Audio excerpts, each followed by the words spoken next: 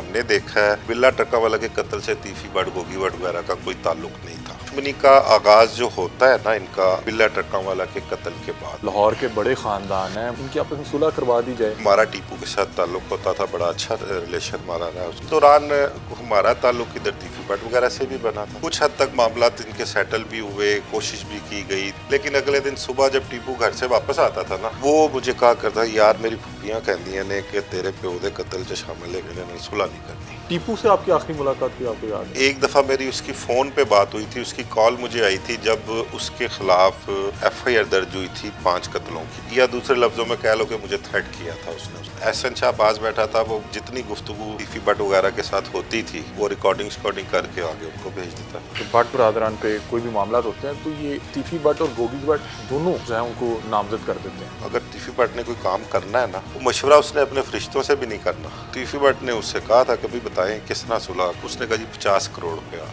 उसका तीफी का अगला सवाल उससे ये था कि बलाज की वालदा बयान देगी। जावेद भट्ट साहब का जो अफसोसनाक वाकया है, वो बेसिकली शरीफ इंसान था यार। तीफी बट के कारोबारी मामला को जरूर देखा करता था। मीर फाते नामजद हो गया तो इसके बाद अब जाहिर बात है अगर उसने केस को फेस करना है, कुछ भी हो सकता है, इसमें खतरा तो है इसके लिए। तीनों भाइयों में सबसे छोटा है, दुश्मन को अपने कोई अजियत देनी और तो वो देखते हैं कि यार इसको सबसे प्यारी चीज इसकी क्या है। जैसा कि आप लोग जानते हैं कि लाहौर में पिछले तकरीबन 6 माह में बड़ी अजीबोगरीब सूरत हाल बनी और ये तमाम मामला शुरू होते हैं अमीर बलाज के मर्डर से। उसके बाद अगर तकरीबन 2 हफ्ते पीछे जाएं तो अमीर बलाज केस का जो मरकज़ी किरदार था जिस पे उसकी मुखबरी का इल्ज़ाम था, उसको जिस अंदाज में उसका CIA की हिरासत में जिस तरह से उसकी हलाकत होती है, और उसके बाद जावेद भट्ट साहब के साथ जो अफसोसनाक वाक़या पेश आया, और ये वाक़या जिस रोड पे पेश आया, मतलब कि ये कोई लाहौर की कोई ऐसी साइड नहीं थी जहाँ पे कोई बहुत ज़्यादा कोई आमदोरफ्त ना हो या बहुत ज़्यादा वो कैमरों के ज़ेरे साया ना हो। ये लाहौर का एक अहम शाहराह थी जो कि माल रोड को जाके कनेक्ट होती है, और वहाँ पे इस तरह का अफसोसनाक वाक़या हो जाना। तो उसी सिलसिले में इस वक्त हमने दावत दे रखी है, सीनियर सहाफ़ी हैं और बड़ा लंबा अरसा जो है क्राइम को रिपोर्ट करते रहे हैं, और तमाम अखबारात और तमाम TV चैनल्स पे इन्होंने अपनी जो पेशा वराना सलाहियतें हैं उनका उसका लोहा मनवाया। और इनका तारुफ मज़ीद आपको ये करवाता हूँ, एक तो मेरे बड़े भाई हैं, मेरे उस्ताद भी हैं, और इन्होंने इस दुश्मनी के जो तमाम तर किरदार हैं उनसे मुलाकातें भी की और उनके साथ एक लंबा अरसा भी गुजरा, क्योंकि जो सहाफ़ी होता है वो कोई भी पार्टी तो नहीं होता, वो मुख्तलिफ़ जगहों पे जाता है खबर की तलाश में। तो आइए आज के प्रोग्राम का आगाज़ करते हैं। हमारे साथ इस वक्त मौजूद हैं आमिर मिर्ज़ा साहब। Sir, thank you so much कि आपने हमारे प्रोग्राम के लिए वक्त निकाला। बहुत बहुत शुक्रिया आमिर भाई, बहुत से लोग इसको सोशल मीडिया पे अजीबोगरीब अंदाज में जो है पेश कर रहे हैं, जिसको जो समझ आ रहा है उसमें कोई हकीकत है, सदाकत है, नहीं है, वो बस करी जा रहा है। तो मैं चाहूँगा कि आप आगाज़ 90s से करें, क्योंकि आप उस वक्त जो है इसको कवर भी कर रहे थे, रिपोर्ट भी कर रहे थे, फिर आपका ये मुलाकातें भी थी ट्रका वाली फैमिली से और दूसरे जो भट्ट बरादरान हैं। तो बताएं इसका आगाज़ कैसे हुआ? कुछ लोग कहते हैं कोई क्रिकेट मैच था, कुछ लोग कहते हैं कोई प्रॉपर्टी का मामला थी। इस सारे दुश्मनी का मामला का आगाज़ कैसे हुआ? हमजा, ये कोई 93 से पहले की बात है। टीपू ट्रका वाला का वालिद जो था बिल्ला ट्रका वाला, उसकी ज़िंदगी में ग्वाल मंडी में ना कोई क्रिकेट खेलने पे कुछ लड़कों का झगड़ा हुआ था आपस में। ठीक। वो एक पार्टी जो थी वो इधर तीफी बट वगैरह की थी, दूसरी पार्टी इनकी ट्रका वाला के कोई जानने वाले थे, अजीज़ो कारब थे। वो झगड़ा हुआ उनके दरमियान, कुछ झगड़े ने थोड़ी हाइप क्रिएट की, लेकिन कुछ थोड़े से दिनों में ना कुछ लोगों ने पढ़ के सुलह शुलह करवा दी थी उनकी। उसके बाद कुछ एक दफ़ा और इनके दरमियान को लिटिगेशन किसी प्रॉपर्टी के हवाले से हुई थी। वो उस प्रॉपर्टी में इन्वॉल्वमेंट इधर तीफी बट वगैरह की भी थी, उधर से बिल्ला ट्रका वाला। वो खैर वो मामला इनके सॉर्ट आउट हो गए थे। मतलब कि जो खूनी दुश्मनी थी उसका भी आगाज़ नहीं हुआ? दुश्मनी का आगाज़ जो होता है ना इनका, वो होता है बिल्ला ट्रका वाला के कत्ल के बाद। अच्छा। कुछ अरसे के बाद, चंद साल बाद, क्योंकि जिन लोगों ने बिल्ला ट्रका वालों को कत्ल किया है ना, उन बाबा हनीफा वगैरह, शफीक बाबा, ये 2 भाई हुआ करते थे। इन्होंने बिल्ला ट्रका वाला को कत्ल किया था। इनको कत्ल करने के बाद वो उनका ताल्लुक बन गया तीफी बट वगैरह के साथ। ठीक है। ठीक है। जब उनके साथ ताल्लुक बन गया उनका, तो उस ताल्लुक की बेस पे इनकी आपस में मुखालफत जो है ना वो शिद्दत इख्तियार करती अच्छा, गई। ये जो आपने नाम लिए दो, ये तो इसी फैमिली के गार्ड्स के तौर पे काम करते थे ना? ये बिल्ला वजह ट्रका क्या वाला बनी? के गनमैन हुआ करते थे। ठीक है। इनका हनीफ उर्फ हनीफा और शफीक बाबा जो दो भाई थे ना, हम्म, इनका वालिद इधर अड्डे में मुलाजमत करता था। ठीक है। तो ये अपने वालिद को मिलने आते थे ना, तो बिल्ला ट्रका वाला ने देखता था, माशाल्लाह फिट थे, बॉडी बिल्डर थे, नौजवान थे, गर्म खून था। तो उसने बिल्ला ट्रका वाला ने इनके वालिद को कहा कि यार ये इसको ना, इनको मेरे पास भेज दो, यहाँ पे चलो मुलाजमत भी होगी, को रोजगार लग जाएगा इनका, हम्म, तो बजाय इसके कि इधर उधर फिरते रहे। तो वो उसने इनके साथ उसको जोड़ दिया। वो ठीक है। बतौर गनमैन भी उसके साथ रहे। फिर बिल्ला ट्रका वाला का बेटा टीपू ट्रका वाला जो था, वो और ये तकरीबन हम उम्र हुआ करते ठीक थे। है। तो उनकी आपस में दोस्ती भी हो गई। तो वो दोस्ती चलते चलते चलते काफी, मतलब हम प्याला हम निवाला हो गए एक ठीक तरह है। से वो। अच्छा, इस दौरान ना अकबरी मंडी में को कत्ल होते हैं दो, अमीरुद्दीन तारा वाला और एक और बंदा को कत्ल होता है। उसकी एफआईआर दर्ज होती है टीपू ट्रका वाला और ये हनीफ और शफीक और बाबा के खिलाफ। अच्छा, मतलब कि टीपू भी नामजद हो गए वो भी और नामजद हो वो गए दोनों थे। भाई भी नामजद हो गए। अब उसमें से जब एफआईआर दर्ज होती है, तो बिल्ला ट्रका वाला असर रसूख वाला इंसान था, पैसे वाला भी था, पुलिस में भी उसका अच्छा असर रसूख था, ताल्लुक तो वास्ते थे। वो अपने बेटे को, टीपू को, उस एफआईआर से क्लियर करवा लेता है। ठीक। अब पीछे रह गया वो बाबा, नीफा और साथ उनके और जो दो तीन लोग इश्तिहारी उस टाइम के होते हैं, वो उसमें फंसे रहते हैं। ये बिल्ला ट्रका वाला उनका कुछ करता नहीं, उनको जवाब देता कि भाई तुसी आप भुगतो।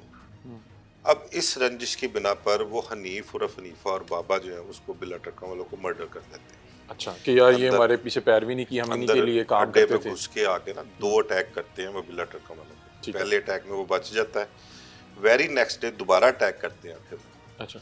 और दूसरे अटैक में वो अपने मकसद में कामयाब हो जाते हैं, भाग जाते हैं, मफरूर हो जाते हैं। मफरूरी के दौरान ही उनका राब्ता तीफी बट वगैरह के साथ होता है। ठीक है। अब जब इनके साथ राब्ता होता है तो बिल्ला ट्रका वाला के जो दोस्त है, वो आप कह लें, को पुलिस अफसरान कह लें, वो उनको इन्फॉर्मेशन मिलती है कि ये तीफी बट वगैरह के साथ राब्ते में है, जो इश्तिहारी हैं बाबा नीफा वगैरह। वो इनको भी बताते हैं कि जी वो बटा दे नाल मेल जो लेगा उन्होंने दे राब्ते च ने उन्होंने पता होंदा। तो वो एक ना, मतलब के परसेप्शन बनती गई कि यार ये शायद मेरे वालिद के कत्ल में जो है ना तीफी बट वगैरह का भी हाथ है। ठीक। क्योंकि इससे पहले कोई थोड़ी बैकग्राउंड तो थी उनके दरमियान, हाँ, कोई कुछ ना कुछ रिफ्ट थी चपलिश उनके चल रही दरमियान, थी। चल रहे थे मामला जो थे। तो अब हालांकि जो हमारी इंफॉर्मेशन है, जो हमने देखा है, बिल्ला ट्रका वाला के कत्ल से तीफी बट, गोगी बट वगैरह का कोई ताल्लुक नहीं था। अच्छा। वो उसमें कभी इन्वॉल्व नहीं रहे। ठीक है। उन्होंने इस चीज़ की, मतलब कि हमारे साथ बैठ के डिस्कस भी हुआ। ये तो नहीं कहूँगा कि उन्होंने सफाइयाँ दी, मतलब उनका कहना ये था, वो हर तरीके से यकीन दिलाया करते थे कि हमारा इस कत्ल से ताल्लुक नहीं है, ये ज़बरदस्ती हमारे गले में ढोल डाला गया, अच्छा। तो हम बजा रहे हैं बस उस ढोल को अब तक। ठीक है। तो वहाँ से ये सिलसिला इनका आपस में जब शुरू हुआ है, तो वो आप तक देख लें कि वो कितना नुकसान हो गया उसमें। उसमें टीपू भी मर्डर हो गया, ये अमीर बलाज मर्डर हो गया। दोनों ग्रुपों के दौरान 5-5 कत्लों की झूठी एफआईआर दर्ज होती रही, जिसका जहां बस चलता रहा ना, वो अपना दाव लगाता रहा वहां पे। अच्छा, आमिर भाई, ये इतना 30 साल बल्कि इससे भी ज़्यादा का अरसा हो गया, इसमें किसी ने कोशिश नहीं की कि यार ये दोनों जो हैं लाहौर के बड़े ख़ानदान हैं, माली लिहाज से बड़े बेहतरीन हैं, हर चीज़ के हवाले से ये दोनों जो हैं लाहौर के बड़े नुमाया ख़ानदान हैं, इनकी आपस में सुलह करवा दी जाए? कोई बीच में कोई इस तरह मैं की आपको कोशिश बताऊं, कर? टीपू के जो मामू है ना, भाई पहलवान और एक बच्चू बच्चू पहलवान, पहलवान। मिड 90s लेट 90s में उनकी बड़ी ख्वाहिश थी कि यार ये दुश्मनी ख़त्म हो जाए। ठीक है। ठीक है, वो चाहते थे कि ये मामला आगे ना बढ़े। और इसमें मेरा और हमारे एक और दोस्त था, वो आजकल अब्रॉड में है, हमारा टीपू के साथ ताल्लुक़ होता था, बड़ा अच्छा रिलेशन हमारा रहा उसके साथ, मिलना जुलना, और इसके बाकी फैमिली मेम्बर्स के साथ भी था। ये बलाज हो गया, मौसब हो गया, और ये फाते जो है, छोटे छोटे बच्चे होते थे वहाँ पे हमारी गोद में खेलना, उन्होंने इस तरह, मतलब कि आपका टीपू ट्रका वाला के साथ बड़ा ताल्लुक अच्छा रहा है। ताल्लुक था। तो इस दौरान हमारा ताल्लुक इधर तीफी बट वगैरह से भी बना था। ठीक। तो उस दौरान हमने कोशिश की थी एक दफ़ा कि इनकी कुछ सुलह हो जाए। ठीक है। ठीक है। अब उसमें इसके टीपू के बड़े बच्चू पहलवान भाई पहलवान ही थे, लेकिन चलती टीपू की थी। ठीक है। टीपू की चलती थी। और टीपू जो था ना, वो कुछ कहने सुनने में अपने घर की खवातीन के कहने सुनने में था। ठीक। मतलब कि जो उन्होंने खवातीन ने कहा ना, तो वो उस तरफ लगा करता था। तो कोशिश हमारी कामयाब नहीं हो सकी। अच्छा। हमारी कोशिश थी कि चलो यार इनकी सुलह हो जाए, आपस में गपशप टेलीफोन की हद तक, अगर आपस में कोई गलतफहमी है तो वो दूर कर लें। मेल मिलाप के तो चक्कर में नहीं थे, कभी कहीं के इकट्ठा करके इनको सुलह करवाई जाए। तो वो उस टाइम तो सीधी सी बात बताऊं यार, एतबार किसी पे भी नहीं होता था ठीक है, कि बिल्कुल। कोई बंदा अपने दिल में रंजिश रख के कोई प्लान कर जाए कि जी चलो आओ इकट्ठे थे, हो वहाँ पे कोई इंसिडेंट हो जाए। तो ये सारी बातें आप हमारे लोग ये ज़हन में कोशिश कर रहे थे कि दोनों एक बार कॉल पे बात कॉल पे करके बात करके जो भी मामलात रंजिश अपने मामलात हैं आपस आपस में क्लियर कर ले, ठीक है। देख ले। कुछ हद तक मामलात इनके सेटल भी हुए, कोशिश भी की गई, तैयार भी होते थे। लेकिन अगले दिन सुबह जब टीपू घर से वापस आता था ना, तो मेरे साथ उसकी डिस्कस, मैं कहा हाँ भगवान की दस करना की है कि जेन बने हैं। वो मुझे कहा करता यार मेरी फुफियां कहंदियां ने कि तेरे प्यो दे कत्ल च शामिल है ने सुलह नहीं करनी। वो फिक्रा मुझे आज तक उसका याद है, वो कहता था। मैं कहा यार फिर किस पासे जावांगे असी, किस तरह होएगा मामला। वो खैर कोशिशें हमारी नहीं रायगा गई, कामयाब नहीं हुई। वो फिर उसके बाद हम बैकआउट कर गए इस मामले से सारे से। वो चलते चलते चलते चलते दुश्मनी फिर इस हद तक पहुंच गई कि ईवान अदल में टीपू पर एक अटैक हो और गया। बड़ा जालिम बड़ा अटैक था जालिम वो। अटैक था वो, ठीक है। और वो और उस अटैक टाइम भी करने वो वाले भी इश्तिहारी बड़ा थे, वो मुश्किल खालिद बचा था। चिट्टा वगैरह इश्तिहारी थे। जी, जी। और बड़ी सीरियस कंडीशन रही है, मैं कई हफ्ते एडमिट रहा वो हॉस्पिटल में इस ऐसे मामले ही में। है। उसके बाद फिर इस पे ये तीफी बट वगैरह पे एफआईआर दर्ज करवा दी उन्होंने। मलक पार्क में इंसिडेंट हुआ था, एक 7-8 मर्डर हुए जी, थे। जी।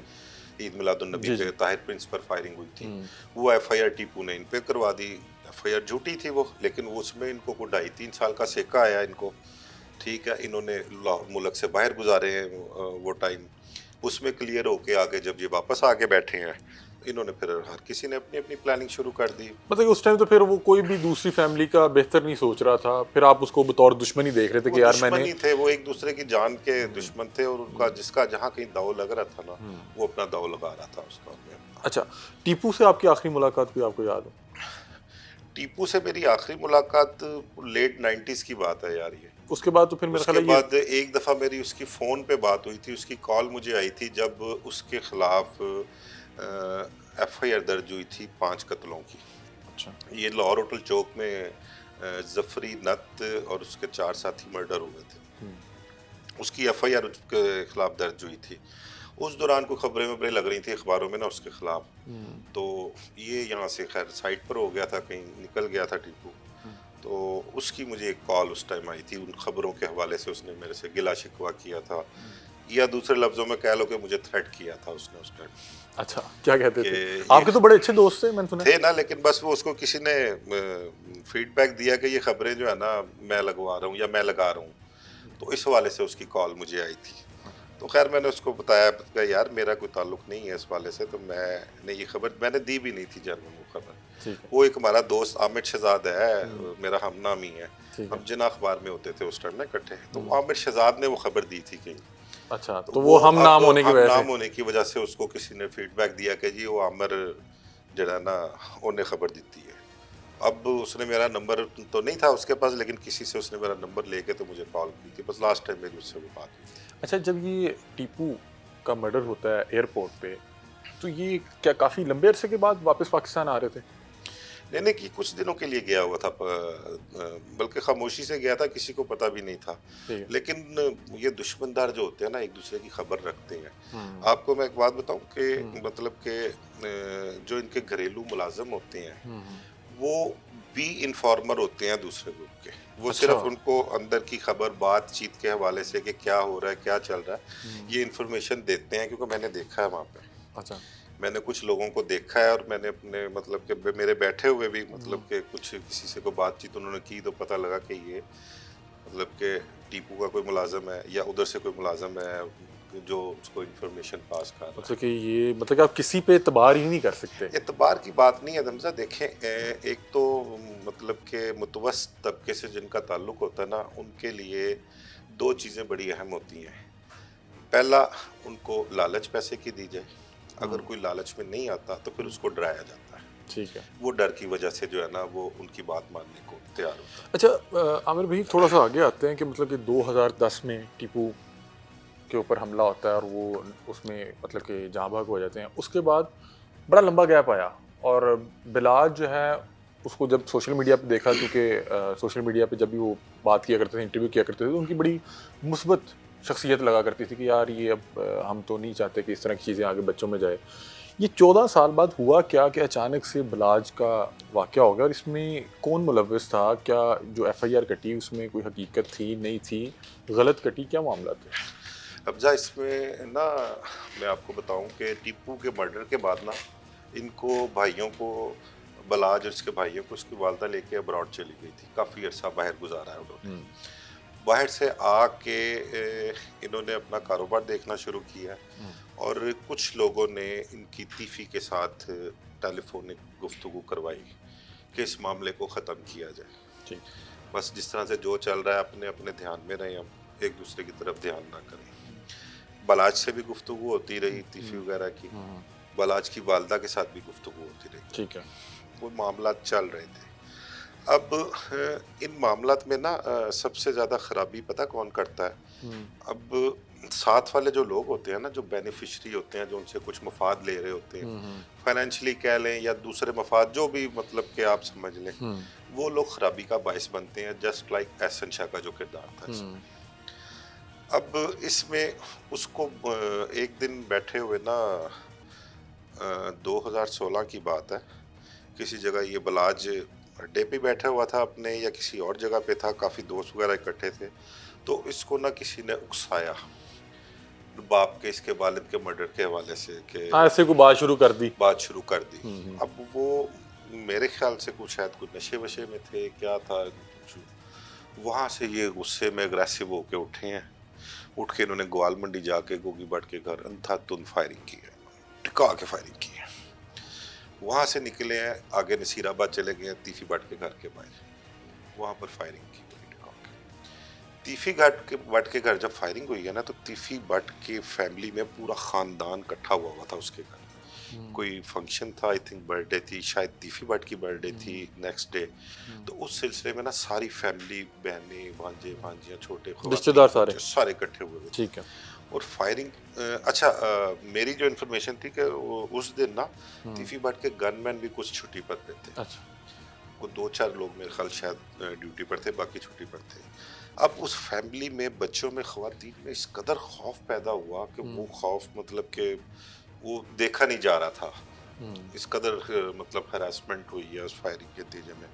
उनकी ये सोच थी, उनको ये लगा कि शायद आज सारा ख़ानदान जो है ना ख़त्म हो जाए। यानी अचानक से आप एक्सपेक्ट ही ना कर रहे हो, अचानक से वो इस किस्म की वहाँ पे थिंकिंग उन लोगों को आई थी सारी। खैर वो वाकया हो गया, अब समझ ना आए किसी को। अब इसके फाके के बाद नाम, अब दुश्मनी तो इसी घराने के साथ थी, नाम इन्हीं का आ रहा था, लेकिन इसकी बलाज की वालदा ने, बलाज ने और जो मतलब के लोग बीच में पड़ गए जिन्होंने इनकी बातचीत करवाई थी, उन्होंने बड़ी गारंटियां दी, यहाँ तक भी कहा कि हम कुरान पे भी हलफ देने को तैयार हैं, न्याय देते हैं कि इस मामले में हमारा कोई ताल्लुक नहीं यानी कि हमने नहीं करवाई। वो तो बात तब निकली जब वो अकबर बिल्ला डीएसपी जो रिटायर्ड था, उसका बेटा, वो बेटे को लेके सीसीपीओ के पास पेश हो गया कि जी ये वाकया हुआ है और इस तरह बलाज वगैरह ने फायरिंग की, मेरा बेटा भी इसमें शामिल है। सारा बात तो तब खुली। उसके बाद भी चलता रहा सिलसिला कि यार किसी ना किसी तरीके से ये मामला ख़त्म हो जाए, लेकिन मामला ख़त्म नहीं होने दिया कुछ लोगों ने। अब एहसन शाह पास बैठा था, वो जितनी गुफ्तगू तीफी भट्ट वगैरह के साथ होती थी वो रिकॉर्डिंग करके आगे उनको भेज देता। अब वो बजाय इसके कि कुछ जल्दी पे पानी डालने की बजाय वो तेल का काम चलता है। अब उसके बाद वो एक लावा पकता रहा, तो बीच में प्लानिंग भी चलती रही कि भाई अगर उनको तीफी भट्ट वगैरह को यार कि ये तो अब मतलब के मेरे बच्चों का भी मुतल्लिक सोचना शुरू कर दिया, तो ये तो काम बड़ा ख़राब है। उसके बाद फिर ये सिलसिला उन्होंने अपनी तरफ से शुरू कर दिया। अब जहाँ फिर जिसका जो दाव लगा वो अपना काम कर गया। अच्छा, एक चीज़ यहाँ मुझे बताएं कि जब भी मतलब कि भट्ट बरादरान पे कोई भी मामला होते हैं तो ये तीफी भट्ट और गोगी भट्ट दोनों जो है उनको नामजद कर देते हैं। तो इस हवाले से मुझे पता लगा है कि बहुत से मामलात में गोगी भट्ट का बिल्कुल इन्वॉल्वमेंट नहीं था। आपको मैं तीफी भट्ट की कोई थोड़ी सी सोच बताऊं। अगर तीफी भट्ट ने कोई काम करना है ना, तो वो मशवरा उसने अपने फरिश्तों से भी नहीं करना। अच्छा। वो उसने खामोशी से बस अपने अंदर रखना है और प्लान करके रखना है उसने, और वो काम उसने कर गुजरना है। अब उस काम के बाद नुकसान आपको, मुझे और किसको, वो बात की बात है। अच्छा। तो ये गोगी भट्ट वगैरह मलक एहसान बड़े दोस्त हुआ करते जी। थे ये इनके, लेकिन आजकल उनके कुछ मामला खराब है। जी। तो एफआईआर इनके खिलाफ होती थी। टीपू के मर्डर की एफआईआर जो अपना ईवान अदल अटैक जी। हुआ जी। था वो आबद बॉक्सर के खिलाफ हुआ, तीफी। तीफी के खिलाफ, गोगी के खिलाफ, मलक एहसान, इनके खिलाफ दर्ज हुआ। हालांकि इनका उससे वकूअ से कहते हैं ताल्लुक भी कोई नहीं था। ये इस तरह से इंटेरोगेशन में भी ये सारा कुछ साबित हुआ। टीपू के मर्डर में भी मलक एहसान, गोगी भट्ट जो थे वो बेगुनाह थे।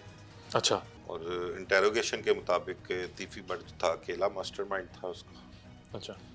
जितनी भी इंटेरोगेशन हुई है तफ्तीश, उसके मुताबिक तीफी भट्ट मास्टरमाइंड था उसमें। अच्छा, ये मुझे बताएं कि ये क्या हाल ही में भी कोई कोशिश हो रही थी दोनों ख़ानदानों की सुलह करवाने के हवाले से? कुछ लोग कहते हैं कि शायद बलाज के मर्डर से पहले भी कोई कोशिश की जा रही थी कि ये मामला सुलझ जाए। हमजा, ये अपना एहसन शाह के मर्डर से पहले, अच्छा।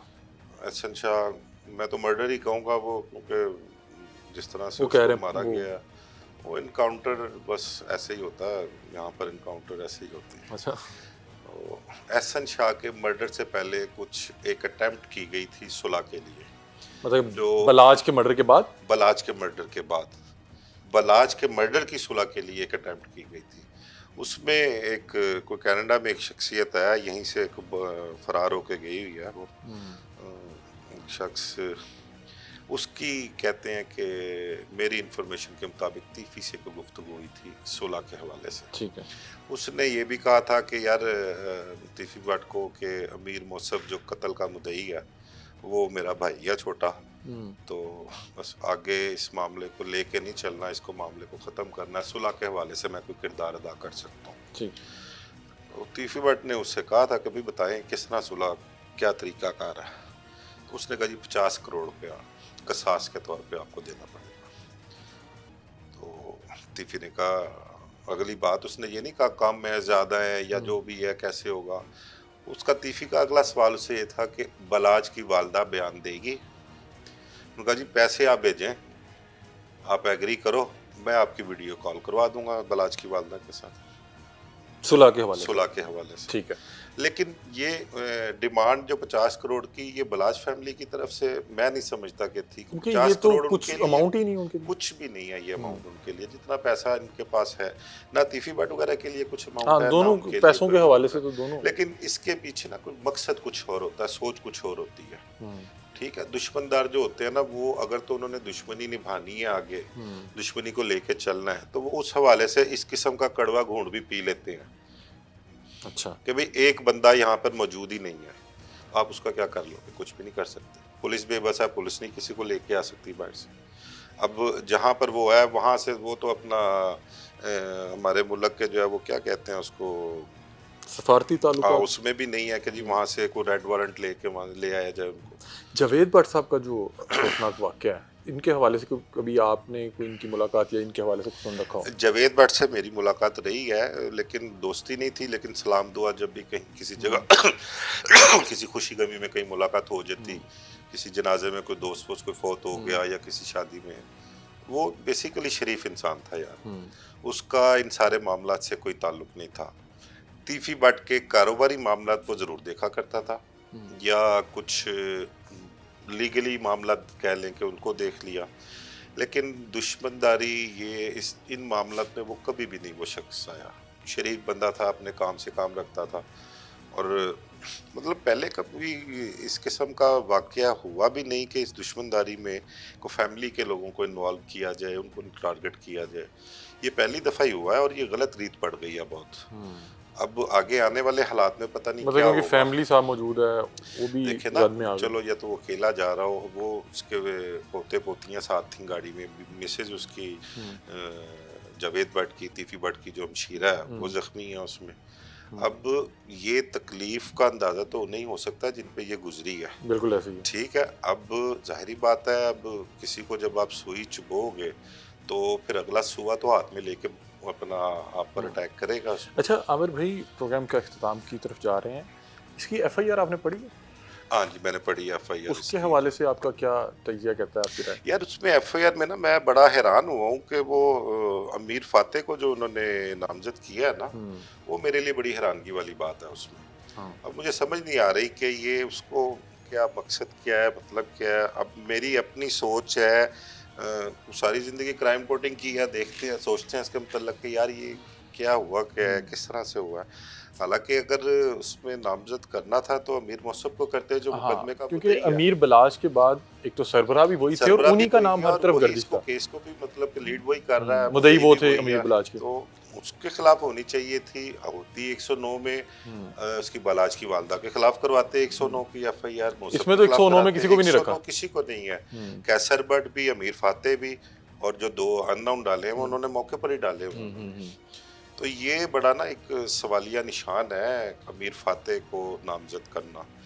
अब अमीर फाते नामजद हो गया तो इसके बाद अब जाहिर बात है, अगर उसने केस को फेस करना है, अगर उसने मुल्क से बाहर नहीं जाना, उसको उसके पेरेंट्स वालदा ने उसको मुल्क से बाहर नहीं भिजवाना, उसको केस को फेस करेगा, तो उसको फेस करने के लिए उसको कोर्ट में भी जाना पड़ेगा, बेल करवाने के लिए अपनी तारीखें डलेंगी, तारीखों पर भी जाना पड़ेगा उसको, पुलिस के पास शामिल तफ्तीश भी होना पड़ेगा, उसके लिए वो घर से भी बाहर निकलेगा।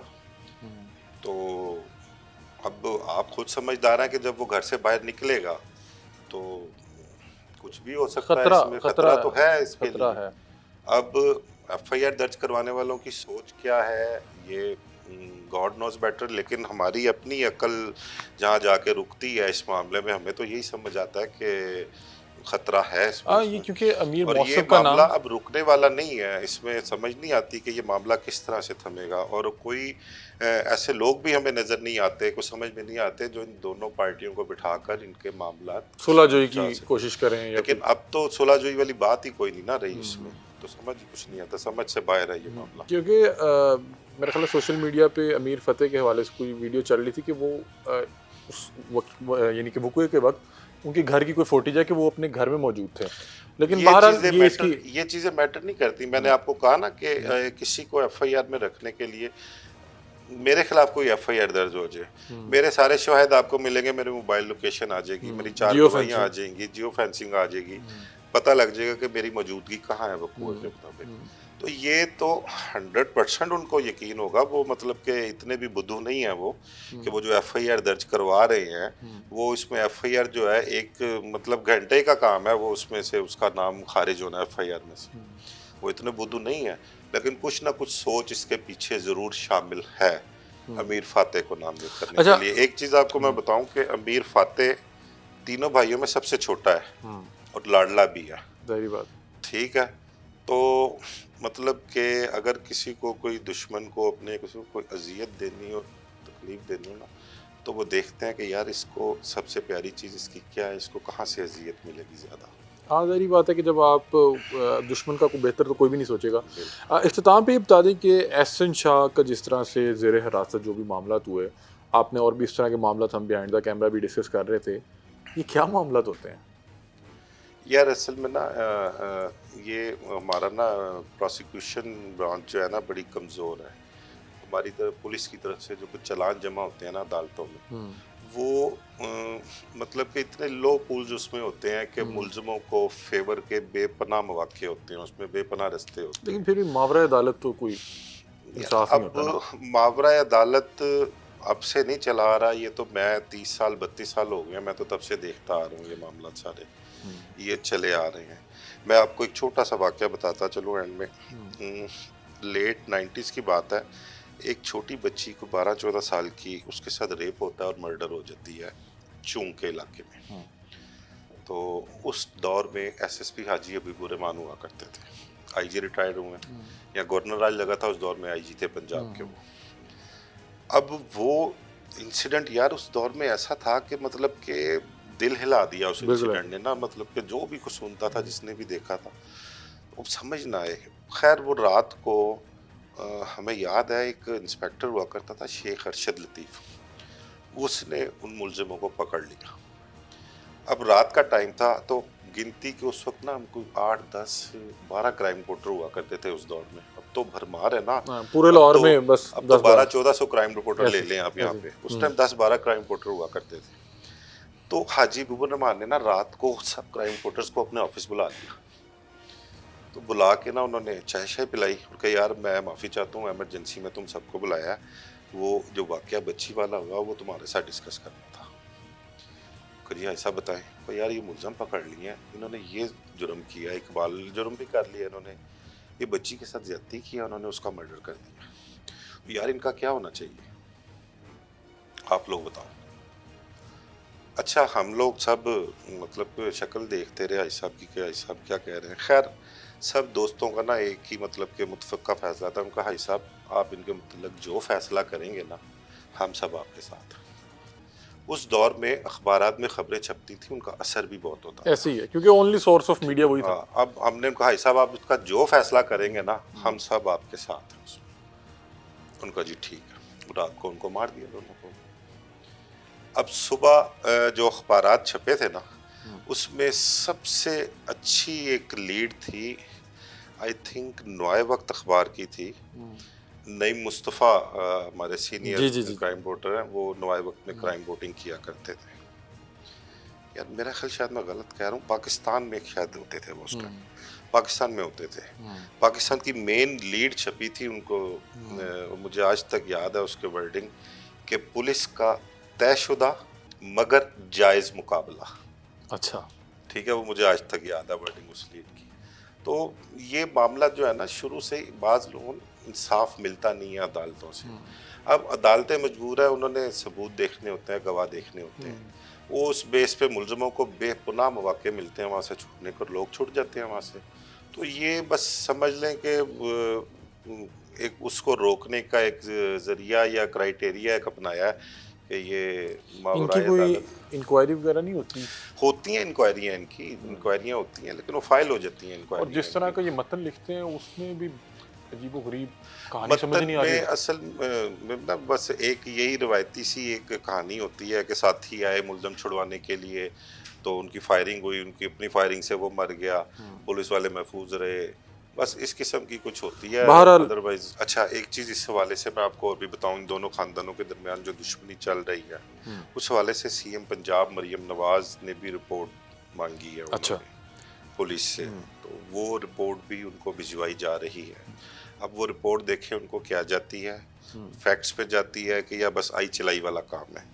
अब वो रिपोर्ट जब सीएम पंजाब को मसूल होती है उसके बाद देखें उनको पुलिस को क्या ऑर्डर्स मिलते हैं उस हवाले से, या वो इस दुश्मनी के हवाले से क्या कहती हैं। क्योंकि पूरा लाहौर देख रहे हैं, लाहौर समेत पूरी दुनिया में ये चीज़ देखी जा रही है कि बिल्कुल जिस देखी जा अंदाज रही में है, ये ऐसे मामला ही हो है। रहे हैं, तो मेरा ख्याल है तो कि बतौर वो सीएम पंजाब कंसर्न तो होंगे कि भाई हो क्या रहा है बिल्कुल इसमें उन्होंने रिपोर्ट में। असल में ये मतलब दोनों ग्रुप्स हैं और इनका पॉलिटिकली भी इन्वॉल्वमेंट है लाहौर शहर में।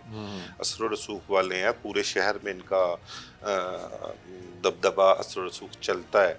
और और बल्कि मेरा ख्याल है कि दोनों नून लीग खानदानों के यहाँ दोनों जो शरीफ फैमिली है वो वो आती जाती भी रही है। बिल्कुल आते जाते भी रहे हैं और वो उनको सपोर्ट भी इलेक्शन में करते हैं।